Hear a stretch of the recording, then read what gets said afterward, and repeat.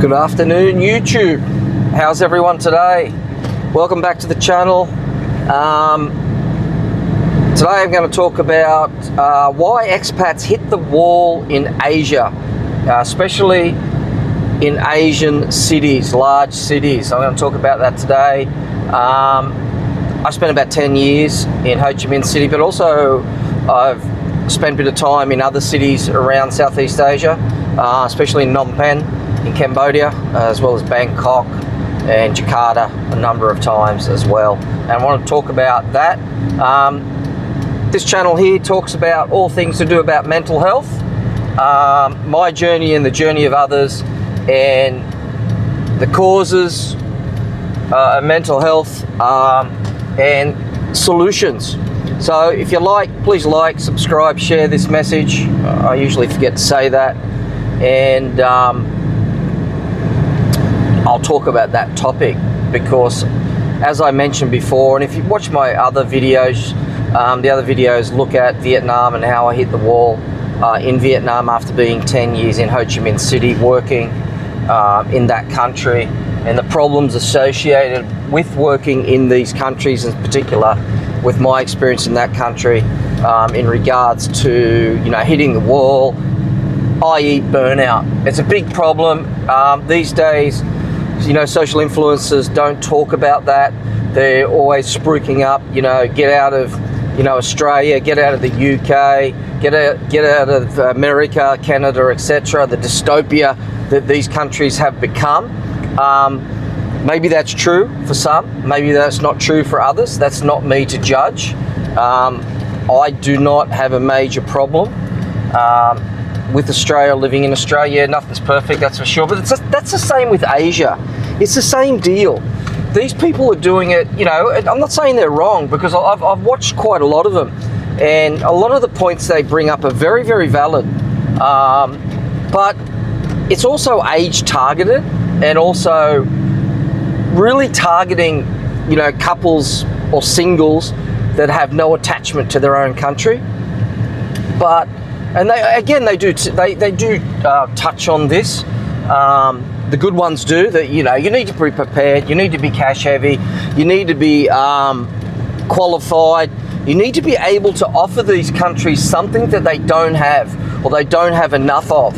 And back in the day when I was working in Ho Chi Minh City, the English language area of education was just absolutely booming. Right time, right place. And my job, sorry, I'm just going to adjust this. Just a bit of a problem. My job back then was really good. I was getting paid really good money at the time, and I was teaching high-end courses that were very challenging. And you had to be on the ball. You just didn't rock up, slack as hell, hungover as hell, and think you're going to pull it off, because eventually you get pulled up, especially at the better schools where the students paid a lot of money. So, but at the schools that weren't, attached to overseas study abroad programs, which the school I was, we used to prep our students to send them into the university system in Australia and other countries, the US, UK, etc. It's just playing up a bit today. So you had to be on the ball. You're getting paid good money, and those people are paying a lot of money to go to those programs. So I got to meet a lot of people, as I've mentioned on past videos, in the hundreds. And they'd come and go, short-term people, long-term people, and permanent people. But not only with that job, I got to meet people, around the town. And back then, the expat community wasn't, I wouldn't say it wasn't, it was large, but it wasn't huge. And you really got to know who's who in the zoo. If you know what I mean, you know what I mean.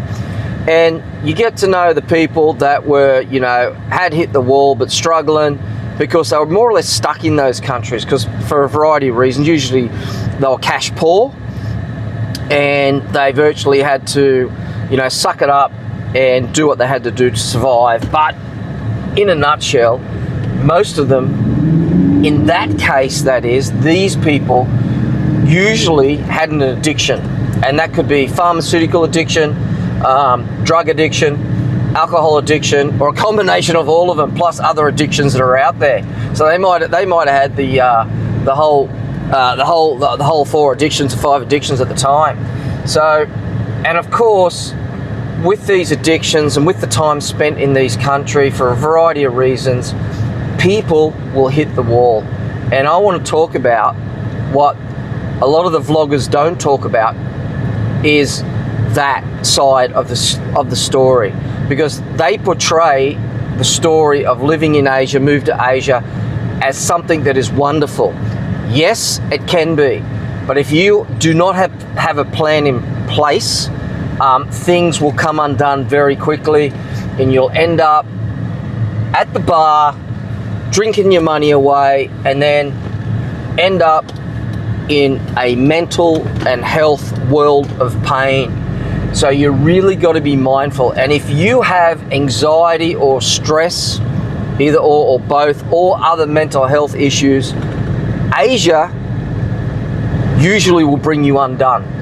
And you really have to be mindful, and you really got to keep on top of that, or you will end up like a lot of people that I know, and including myself. I'm not going to throw stones into a glass house when I live in one, if you know what I mean, because I did mismanage my life in Asia, and as a result, you know, obviously I hit the wall and burn out and had adrenal fatigue, and you know, then stress and anxiety hit me really, really hard. Watch the other videos, you'll know that. So I want to touch on some key points, and I want to look at those key points when considering to move to Asia. If you are prone to either addictions or are suffering from a mental health type issue, like high levels of stress or high levels of anxiety, Asia may not be the best place for you. Let's look at number 1 point that I've come up with based on my experience. Number 1, cultural fatigue. Culture shocks can hit some people. It never hit me because I'd done a few overseas trips before. Cultural fatigue. Let's talk about my experience with that quite briefly. I could say virtually it comes down to corruption.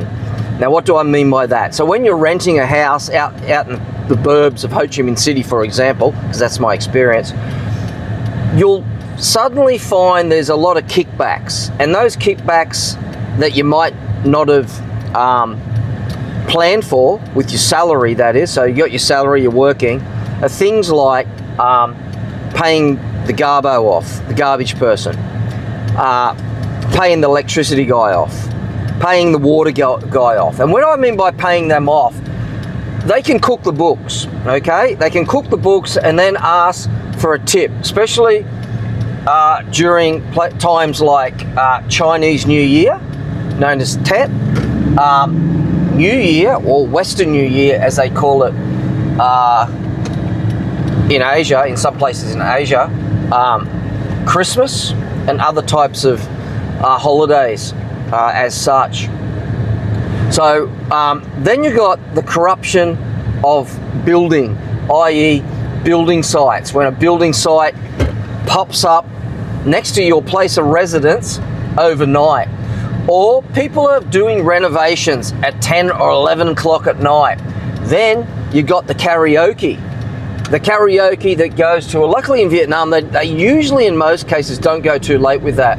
But if this is the problem with the teaching industry in Vietnam, you're doing afternoon shifts, evening shifts, and you get home, you've had beers like I've stayed before, or even if you're not drinking, you get to sleep about midnight, 1 o'clock in the morning, and then suddenly you got people, i.e. construction workers, out the front of your house, you know, not only talking at stereophonic sounds, but also moving shit and then building shit. So good luck trying to get sleep, because in a nutshell, they don't have these type of laws, building time laws in place. And if you get the wrong place, you might be in for a hell of a time. So that was the first thing that started to get to me, to eat at me. Look, it took a few years for that to eat at me, but I'll tell you what, when it started to eat at me, it really got to me. Okay, let's look at number 2. Number 2, work burnout. People don't think about that, do they? They don't think about work burnout. If you run your own business online, you're a digital nomad, that's probably not going to be a problem. But if you take a job in different type of sectors in Asia, you may be required to work longer hours than you anticipated. And that's an interesting one, because when I worked in the education, especially at the higher end of school, ASET, and I was full time, you weren't working just a 40-hour week, so you're working 26 hours teaching time. That's classroom time, plus additional hours with additional things that you needed to do. So your day could become, your week I should say, could become quite long. So you might want to forget about your 40 hours. Another example of that back in the day was ILA, especially the kid classes on the weekends, because that's where their money comes from, teaching kids. That's the business model. It revolves around that in a sense. So back in the day when I was doing those kid classes a long time ago now, it would become a 10-hour day on Saturday, it's 8 to 10 hours. Well, let's say 10 hours on Sunday as well, because there was 4 classes. Those 4 classes, each class would be 2 hours plus the time in between, which is very limited, and your prep time. Remember, if you're a new teacher, you got to prep. So they might offer you $22, for example, 30 up to $30. That's what I was getting. I was getting $30 US back in the day with ASET. So it was very good money. You got to, and I didn't need to prep because I knew the materials I've been teaching for ages. But if you're a new teacher, you're going to have to come prepped, because you can't really wing it as a new teacher. Well, you could, but most people they're going to get turfed, they're going to get flicked, and you want to keep your job. So let's say you're getting $20, but you need to prep before it, during. That $20 then become $15 an hour. For example, each place is different. I get that. So not only is your hourly rate sort of reduced, but you are working in most cases, especially if you want to get ahead.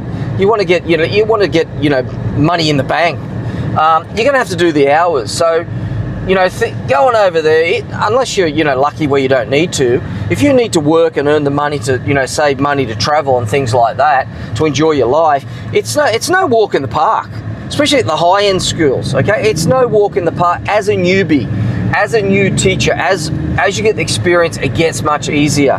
Believe me, it does become more or less, in a sense, a walk in the park. But as a new teacher, especially changing schools and teaching high-end courses, IELTS prep courses, academic style courses that lead to overseas or study abroad programs, you're going to have to put the work in. So, that's what people get shocked about. They leave their country and think it's going to be like, rainbows and butterflies, beer and Skittles abroad. And then suddenly you're in an environment that there's social norms, cultural expectations of the teacher that the teacher has to follow, your dress code, your mannerisms, turning up on time, before time, not turning up looking like rubbish, more or less, okay, and other factors that you need to consider, okay, that you might be shocked about when you work in Asia as a teacher, or in any and other industries as well. I knew people that weren't just teaching; they were working in other industries, and they're working long hours. Okay, you see the party side of it, but the long hours. And if you're doing long hours and then partying and then have to turn up the work, things will go wrong eventually. Okay, they will. It is what it is. It's going to happen. Let's look at number 3. Number 3. Why people burn out in Asia. Bureaucracy. Visa runs, they call them. You get a job in a high-end school, you get a 3-year visa anyway, so you don't have to worry about it. But the lower-end schools, you're working casual. You just need enough to make ends meet, to pay the rent, to pay your food, because you've got a bit of cash in the bank. Visa runs these days you've got to be on top of that. You may have to leave the country every 3 months, 6 months. I was lucky, I never had to. Schools did that because I was always permanent, okay, and that was the advantage. However, the disadvantage is that bureaucracy. Can you handle doing a visa run every 3 or 6 months? Something to consider when working abroad. Digital nomads have that problem, okay, and they don't talk about that. They may talk about it. That's why Cambodia has become, pardon me, such a popular option for the business visa. I think it's 12 months, correct me if I'm wrong, just write a comment. So that's why, you know, some places are more popular than others, because they're more friendly with the visa. So bureaucracy is an issue. The visa run, I remember I used to know a lot of guys and ladies who used to complain about that. Oh no, the 6-month, 3-month, 12-month visa run can be really painful. And again, it costs money. It's all costs money. If you're not cash heavy, money in the bank, it can become a problem. That's why you need to be very careful with your money, save your money. I know things are cheap, but that leads me into the next one. Issues with language issues. Initially, it's not a real problem. If you're in the big cities, depends where you're located, it doesn't seem to be a big problem, but it does eat at you after a while, because regardless of what you think, if you want to eat quality food, okay, like say beef for example, okay, it's going to be imported in many of these countries. Again, I'll go back to Vietnam, Cambodia. They're going to import this beef, so you're going to be paying through the nose. You're going to pay a lot more money to get in the local stuff that may not be suitable to your palate, if you know what I mean. And that's also going to the market, and this is what changed me to learn Vietnamese, and I got to quite a high level, and those who know me can know that I'm telling the truth. Okay, so I got to a pretty high level, but I tell you what, the penny didn't drop to study, to get into it, until about 3 years of living in Vietnam. And I got sick of going to the market knowing I was getting charged expat rates, foreigner rates, and I couldn't really haggle. I didn't have a handle of it. I didn't have the basics. So I drew a line in the sand, went to lessons, did them for quite a long time, studied at home. You know, I was a language teacher and I was too select to learn a second language. How bad was that? And I did learn Spanish back in the day. So, you know, it's like other things. You get wrapped up in your own world, your social world, when you should be really getting into the cultural aspect of that country, i.e. the language. And I did, and made a huge difference. And that really reduced my stress and anxiety, because when I went to these places, I could negotiate, I could haggle. They couldn't get away with it. Of course, again, you know, I'd still pay a little bit extra, but it was nowhere near the rate that the other person who didn't have the language skills that I had would pay. And that in itself is something that eats at people. I used to meet so many people that issue with not having a hold of that language used to burn them out, fry them out mentally. So consider that very important issue. If you're going to stay long term, short term I get it. Long term, if you want to save your dollars, remember, dollars in, dollars out. It's as simple as that. You want to keep more in that goes out, okay? Let's look at the last one. Why expats burn out, the last one. Look, there's so many of them, so many I could actually think of with the last one. And it's just generally the pollution of big cities, pollution. Let's talk about the pollution. After a period of time, it will get to you. Most people will give you the same story after many years being in these large cities. Air pollution, noise pollution, you don't really factor this in. Animals like roosters, because I used to live out in the burbs out of Ho Chi Minh City. It was quite a good place actually, but people had roosters, they had dogs, they would bark all day. During the night, the roosters would start crowing like at 3 or 4 in the morning. You need a good set of earplugs, really. I used to wear earplugs. They did help.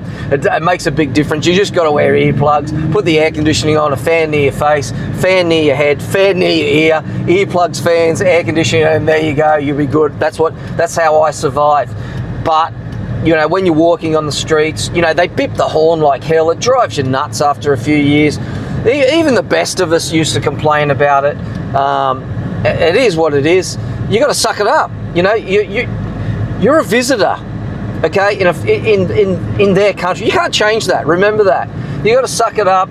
You got to laugh it off. But over the years, it is hard to laugh off, and it is one of the features that will chip away at your mental toughness, like it did with me.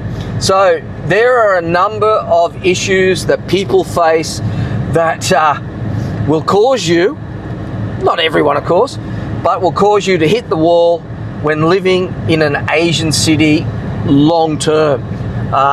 And if you come from a quiet place near the ocean where I did, it just makes it even worse.